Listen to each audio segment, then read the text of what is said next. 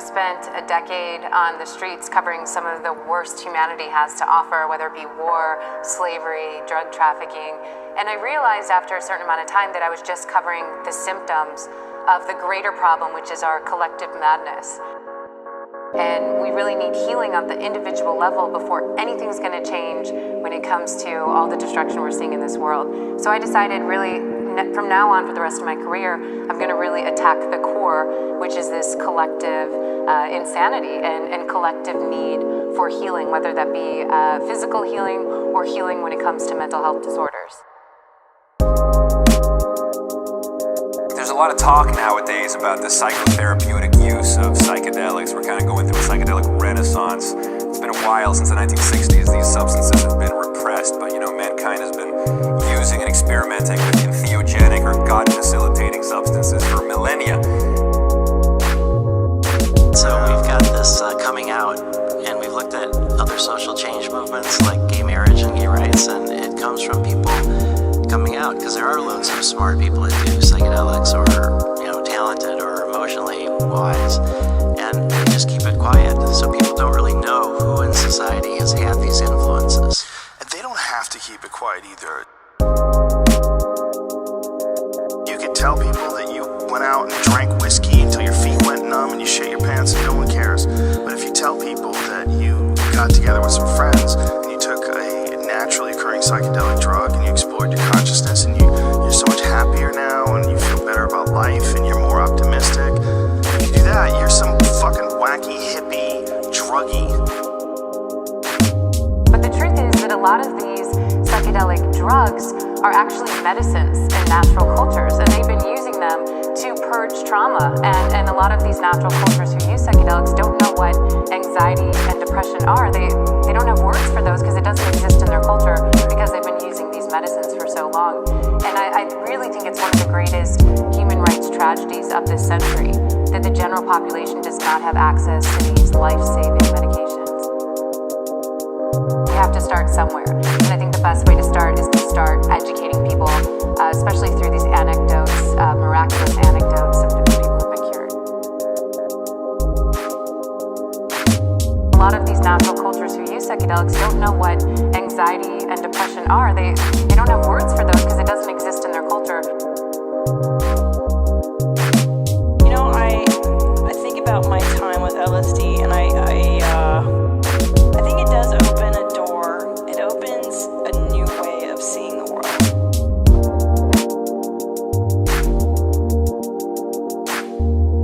It's like obviously a gateway to the highest level. You're accessing a part of the brain that we haven't even really fully investigated yet. You could navigate that evanescent flux of sensation and perception that Eric Davis says is all we have and all we are, towards places of ecstatic illumination. The idea being that you could grab somebody and give them some high-grade medical cannabis and lead them on a hike as they listen to the Inception soundtrack, and you could kind of curate awareness. You could steer the emotional direction that people go to.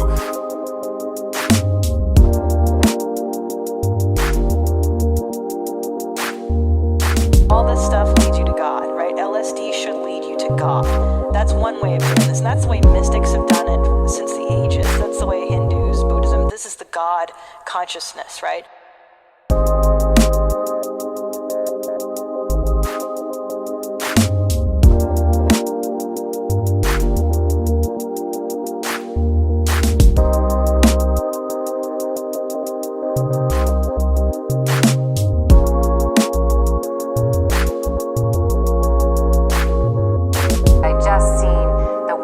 Effects of these medicines.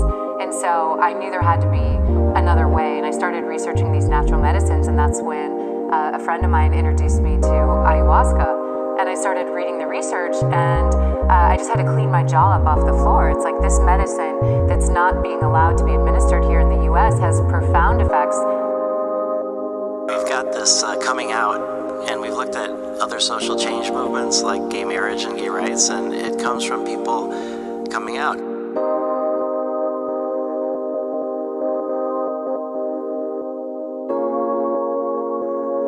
The research is helping people create a space where they can talk about it.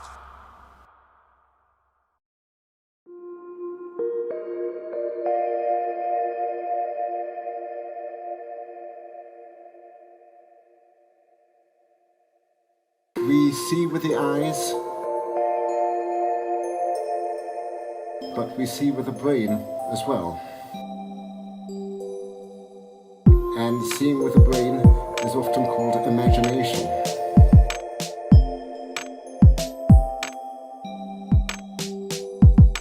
And we are familiar with the landscapes of our own imagination. Our inscapes, we've lived with them all our lives. But there are also hallucinations as well. And hallucinations are completely different. They don't seem to be of our creation. They don't seem to be under control. They seem to come from the outside and to mimic perception.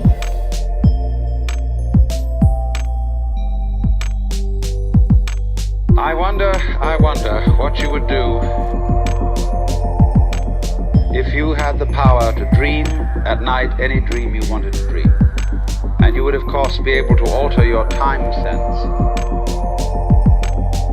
You could design for yourself what would be the most ecstatic life.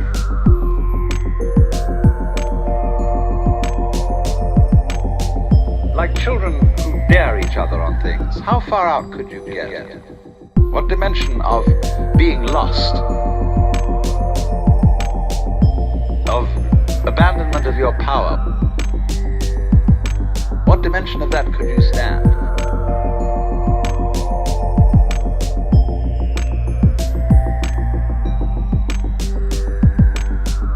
How does consciousness happen?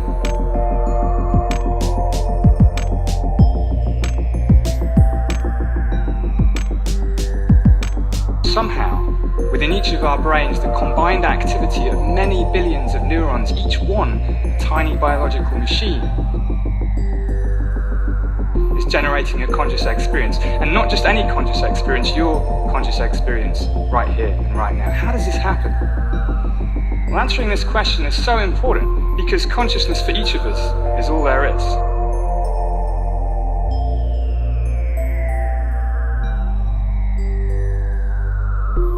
Like children who dare each other on things, how far out could you get?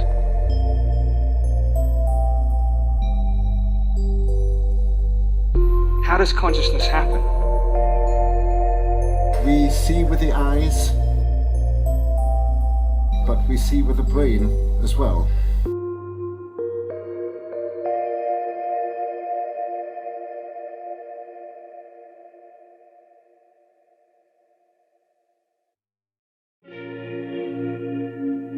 Before we even start this, just want to share my gratitude to you for, pushing the knowledge base of the subject of psychedelics in a way that was both tender, delicate, scientific, and something that we could all give to our parents in a certain way, and it becomes ultimately palatable. And I think that's where this psychedelic revolution that we're experiencing is so different from the other one, because right now we have not only the science, but we have the temperance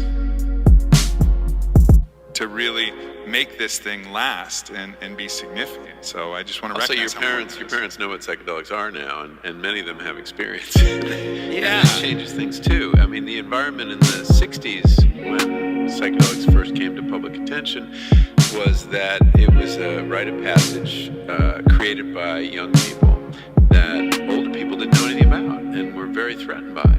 And normally rites of passage in any society are kind of hurdles that are set up by the old, whether you're talking about bar mitzvah or vision quest, and the young pass over these hurdles and join adult society. Here was this freaky rite of passage, and an LSD trip was a rite of passage that put you in a place where you were further from the adult world rather than closer. And I think that really, we talked a lot about the generation gap then, and I think that LSD drove that gap, and that was one of the reasons that the culture turned against it.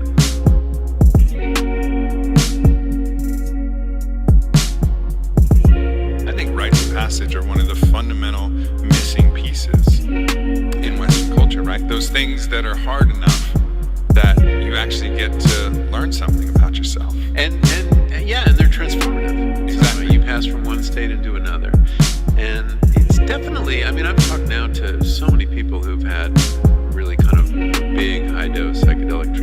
rites of passage.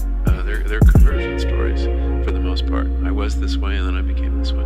And in the studies in Johns Hopkins have confirmed that, top 5 life experience studies and really kind of qualitative studies about what the experience is like, which is nice to be able to look at that and say like, no, it's not just me. Yeah, that's right. This is actually in the research now.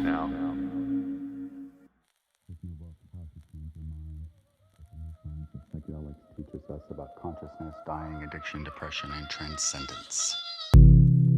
I can't remember the last time a new book had such an impact on the psychedelic community at large, near, far, wide, deep, old, new. This book is really, really making the rounds and causing a huge surge of discussion, praise, some critique, all around. Just really amazing chatter. So congratulations on that. Thank you. Very gratifying, and I have to say, completely unexpected. Well, certainly, for speaking for myself personally, I've been reading your work for quite some time. Obviously, I'm a chef myself. I love to cook, and your impact into the world of food and agriculture is obviously very, very important. So I do have to ask the question. This seems like quite a departure from what you normally write about, the omnivore's dilemma or anything like that, or about, your relationship with the garden and the earth and agriculture. Is it a departure from that, or is it actually closer than we think? I think it is closer than most people think. To my mind, it's pretty continuous with my interests. It's a departure in that I had to learn a whole new subject, and that's what was exciting about it. I had to learn about neuroscience. I had to learn about the natural history of, the psilocybe mushroom, and a lot about psychology and depression and addiction, and so it brought me into these whole new subject areas, which is kind of thrilling. I mean, that's what I like about being a journalist, is you get paid as an adult to learn new subjects. I mean, how many people get that? We're very lucky that way. But the continuity flows from the fact that, as I see it, my subject has not been food or agriculture per se, but our engagement with the natural world. And I've been writing about that since Second Nature, my first book, from 1991, I think it was. And I've always been interested in our relationship to other species and how we change them and they change us, and how these other species work on us by gratifying our desires and getting us to propagate them and take them all over the world.